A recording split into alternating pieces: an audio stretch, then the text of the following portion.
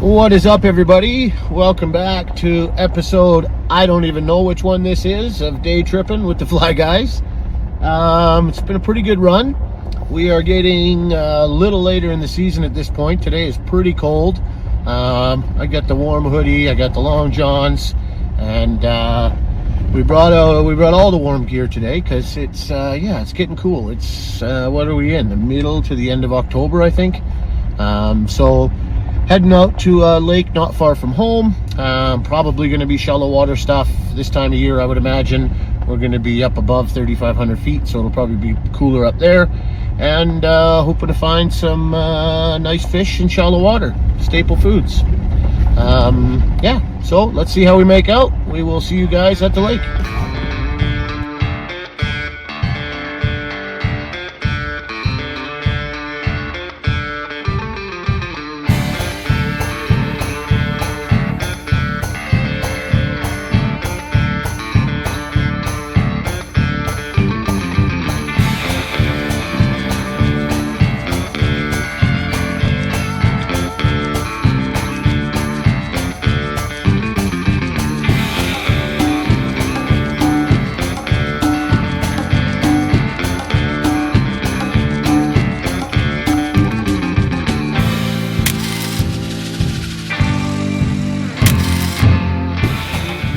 All right, good day, everybody. Welcome back to the water. So we just got out here. We are trying to keep a bit of an open mind. It's kind of fall is set in and people tend to just rush to the shallows. We do that sometimes, but so just before we did that, we kind of had a look at the usual spots. You don't want to discount anything when you get out here, but then we just came out of some deep water, up a drop off, and as soon as we came up on it, we marked a fish in about 11 feet, and then we saw a couple fish move in behind us here too. So I'm just trying to relocate this drop off, and if I can anchor a little off of it and then allow us to cast onto it, then those fish, we won't maybe spook them. So we're going to just tour around and find a spot to set up, and then we'll chuck some flies in the water and see what happens. So stay tuned. So there's some good proof on the side finder, eh? Yeah, that we probably wouldn't have stopped here had there not have been some fish showing up on that thing, because there's nothing moving, and it's pretty choppy, windy today, so it's tough to see them if they move. So last episode, if you saw it, we changed the batteries on the fish finder, and all of a sudden it wasn't picking up any fish, and we couldn't quite figure it out. So we were hoping it wasn't poached, and today we couldn't find any fish. And then we moved and moved and moved, found some. Hey, look at this fish. Oh, that'll do. And so, yeah, the fish finder's back. All right. Okay. But first fish of the day, nice fish, anchored up in about 8 feet. Staple fall stuff right now. Starting again with the good old M&M. There it is. Am I pumping this guy? I don't know. Do you want to see a bunch of scuds? Well, then I might put on a Scud. Okay, let's see. We'll have a look. First fish of the day, always a good idea. Nothing in him. Empty. Okay, here he is. Ready? Yep. Poof. Empty, empty, empty. So, couldn't get anything out of them. Does that mean it's empty? They're empty? Not always. If they're eating big leeches, big dragons, Very good point. it might be that you can't get those out on a throat sample. Yep. But they're not hanging around here for nothing. So I think it's we'll keep fishing the leech, see what happens. But good chance if we bonked one of these fish and opened it up, you're gonna find some big ticket items in them.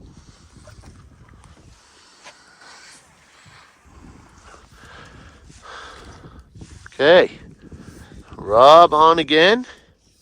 So we are in search mode, and you've seen us do it in other videos. Rob has got the leech working under the bobber, and I've got the full sink with the dragon. That's a nice fish, dude. Very nice fish, dude. Yes, sir.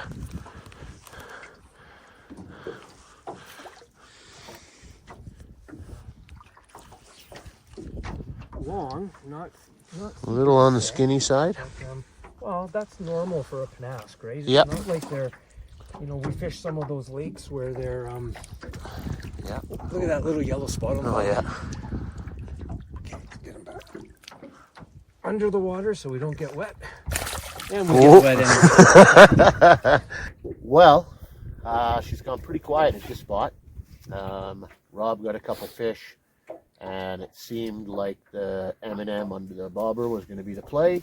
I worked with the sinker for a while, a couple different patterns on there, nothing, and Rob hasn't touched anything on the bobber either, so I think it's probably time for a move. This is a fairly familiar lake, so when it comes to the shallow water stuff, we've got some spots. So I think we'll just move over to where we feel like our best chances might be. We've got the side finder with us, so we can use that and see if we can't find some more fish, because I think that's the only thing missing here. So.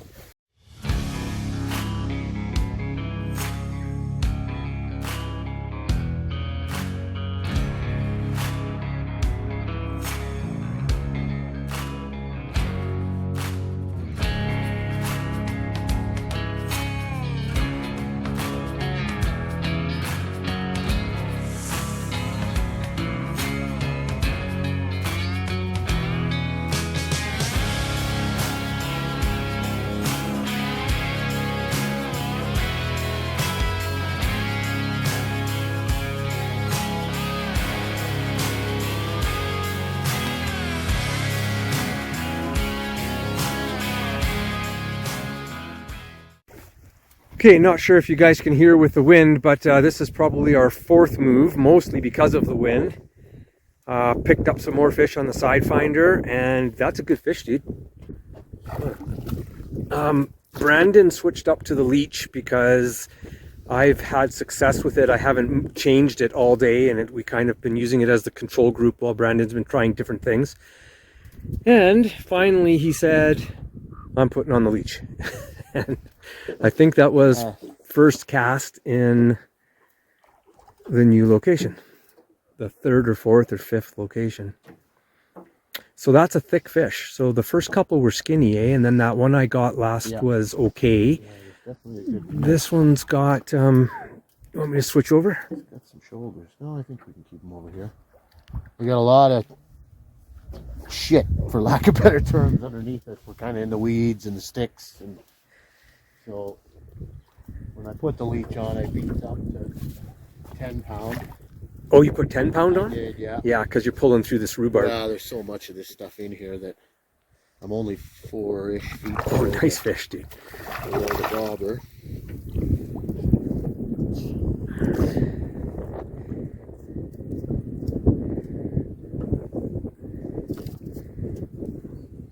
And then this is one of the times, I don't know, I think they've become way more popular in the lakes in the last few years, but I got a jig hook with a slotted bead just to keep that hook point up. Nice fish. You might want to say that again. I think the wind was taking yeah, it. so I've got I'll show you this fly. It's just tied on a jig hook with a slotted bead. And when you're fishing this crap, it can make a big difference not hooking your fly up. Okay. Stuff on the bottom.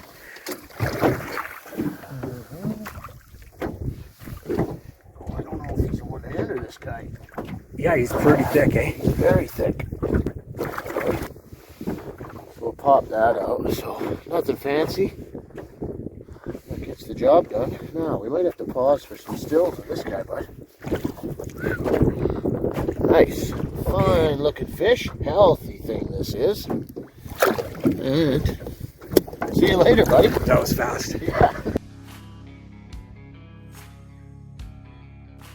What is going on, everybody?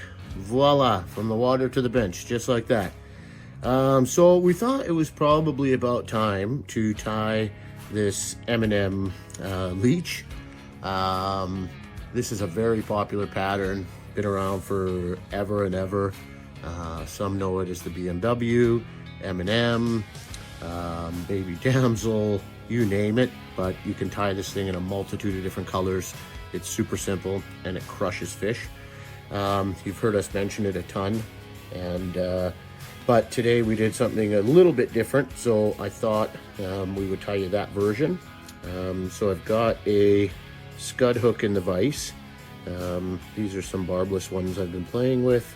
Feel free to use your favorite Scud hook. And then I've got a tungsten head turner bead from Canadian Llama. So if you want to use a jig style hook with a slotted bead, that would work for this as well. I do tie them that way. What we're trying to do is, if you've noticed in the video, we've been fishing kind of right in the thick stuff today. So we've beefed up the tippets, and but hanging in there with the hook point riding down, you're a little more likely to catch some weeds and that kind of thing. So in the fall, typically we break out the jig style hooks that allow you to get right into that stuff and hook up quite a bit less on crap and more on fish. So Scud hook, head turner bead. This is some black wire, and then thread is your choice. I'm using just some GSP or nano silk, so you can use that. I just like the strength of it, and then I just finish it with a Sharpie at the collar. So I just took off an inch or two off the marabou stem, and then lined it up to get a tail that's a little longer than the body.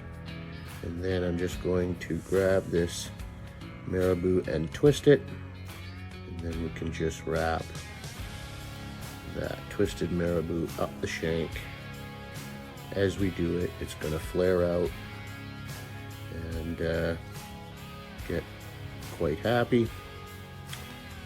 So once we get enough of that on there, we can just grab it, capture that, some tight wraps, get in there, nudge that out of there, and so now we've got a nice flared out marabou going. And then for strength, we're going to take this wire and just wiggle it through those fibers, trying not to trap too many, and then a couple wraps right at the bead just to secure the wire, and then we can tie that wire off just like so. Break it out of there and throw in a whip finish. Now you probably won't see much of this collar, but got my Sharpie handy usually, so I just throw that on there and then throw a couple whip finishes in. This thread is super strong, so you can really tug on it, tighten your wraps down, tighten your knots down. Helps to make durable flies. Trim that out, and there you have it. So that thing will ride this way, but that marabou just pulses in the water. That tail's got crazy bit of movement, and this bead is super heavy, so it's just going to sit there, and it'll tend to ride fairly level, but definitely it's going to have that hook point up, keep you out of the garbage and into the fish. So enjoy that one. I know it'll catch you a ton of fish. This thing catches fish everywhere, rivers, lakes, does not matter. It's deadly. So give it a shot if you haven't, and that's it. Let's get back out on the water and catch some more fish.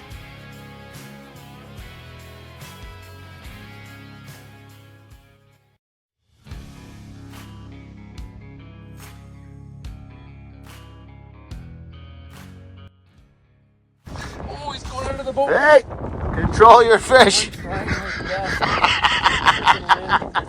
Okay, so we're out here, 40 knot gusts. You can see she's a little choppy, but it's a little cooler than normal too. We're layered up. Luckily, our bags hold a lot of gear, and warm stuff this time of year is something we need. What do you got here? You got a feisty one. Oh, the anchor's over there. I'm trying to keep him out of the anchor, out Fish finders, plural. He caught him pretty close to the boat, so he's got him pretty hot.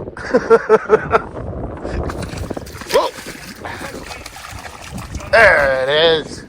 Okay. This one's a little thicker, a little shorter, but thicker, better shape.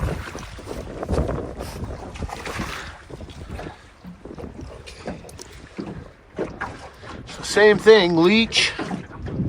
What are you set at? 5 feet or something? Foot off the bottom. Foot off the bottom in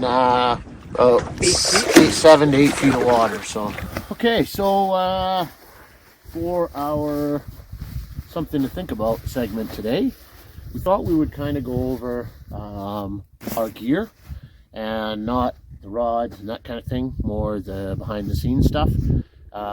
So Rob and I both, you see them in the boat all the time, carry these gear bags, and today we've had kind of a mixed bag. We had wind blowing like crazy. It's been cold. Just got warm enough to take my jacket off. So I've got this warm little puffy jacket that I keep in my bag. We keep everything we need for any day on the water in that bag. So I have that warm jacket. There's a toque in there, some gloves, rain gear, all my fly gear, extra reels, fly boxes, you name it, it's all in there. I think Rob I think he's got a little first aid kit in his, fire starter, tin foil, salt and pepper, toilet paper, just little things that when you need them, you need them. And it's hard to remember to bring that stuff all the time. So just throw everything into one bag. Makes it super easy. Grab that in the morning, grab your rod case, and gone. If we didn't do that, we can barely remember the few things that we do bring. So if we had to remember more, it probably wouldn't work out so well. But yeah, so on that note, I think it's been quiet at this spot. I think we're probably going to make a move and go see what else we can find. But that's the something to think about. Gear helps to have it. Sucks when you don't. Okay, so Rob was hoping I wasn't going to take the camera out for this one, but he's out fishing me a little bit today, so I don't know if he just took pity and decided to cast without a fly, but he did cast out to the front of the boat after just changing flies, bobber down, set up, missed it, chucked it back out there, floated, went to check it again and wondered if he was tangled. Then what happened after that, Rob? Let me just put it this way. Hear that fish back there splooshing? He's probably splooshing with my fly in his mouth.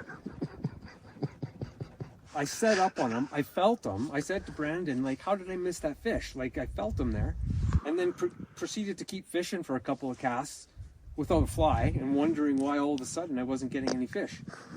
So, a couple episodes ago I said, check your leader, check your knots. Well, check your fly too. Okay, so we're back again Are you gonna give me with shit? Rob, and now I figured out actually why we moved. So if you notice, we have only moved really far enough so that he can fish my water where I hooked that nice fish, and now I'm stuck out here. So now I found why we really moved. Look at, that's why you use the 10 pound right there. It's that's why, because that's what they're going to drag you through. Now, luckily in summer and in spring, that stuff is thick. Right now you can kind of bust through it because it's all decaying. Now, I've only got one arm, but if you notice what you see in the background, that's my bobber dropping into the good water.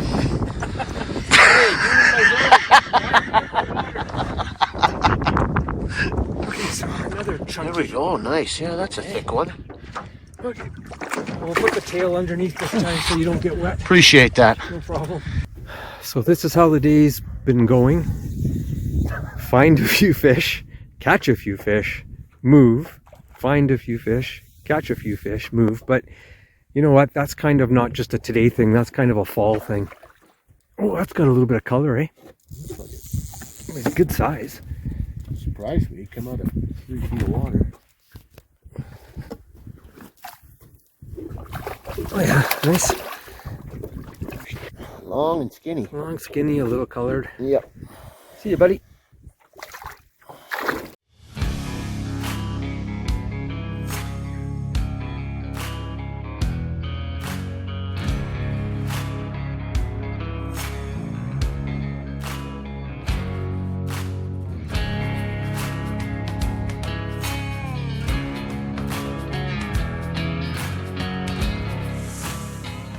Well, there it is. That is a day. So we're just on the shore of the lake here. Got the boat loaded. And it was a pretty alright day. I mean, kind of your typical fall stuff. This piece of water, they were in the thick stuff today. Everything was caught shallow. We had to beef up the tippets to get them. Few clips, you'll probably see the shrapnel flying all over the place with the lines and stuff. But if that's where they are, you got to get in there and get them. And otherwise, you're going to have a pretty tough day. So typical fall stuff, tons of moving. We would move, get into a handful of fish, move, get into a handful of fish. Some spots it was only 2 or 3 fish, sometimes it'd be 4 or 5 fish. A couple spots there was no fish, but we were constantly on the move. If we shut off for 15-20 minutes, then it was let's go see where we get to. The good old M&M did it again. You're probably starting to notice a bit of a trend where that's a bit of a staple for us come the fall. Anytime we're fishing staple foods, one of us is using that, and we usually divide and conquer and figure it out, but that thing comes out on top lots. And that's about it, I guess. So the only other thing is, thank God we had some warm gear today. We did that little segment about the gear bag, and that thing has everything we need in it, and it really makes a big difference. It was windy, it was cold, it was all the above today. It's calmed down now. It's kind of nice now. I'm back to my hoodie, but you need that stuff when you're out there, because if you forget it, it's a rough day, or it's too cold, let's go home. So yeah, hope you guys enjoyed the series. We're kind of probably coming to an end for season 1. We're going to be seeing the white stuff and some ice pretty soon, but we're going to keep doing it until we can't. So stay tuned. You never know, there might be 1 or 2 more come out before the year's end, but make sure you hit the subscribe button, and so you don't miss any of this series. Smash the like button, help us get this stuff out there, and until the next one, cheers and tight lines.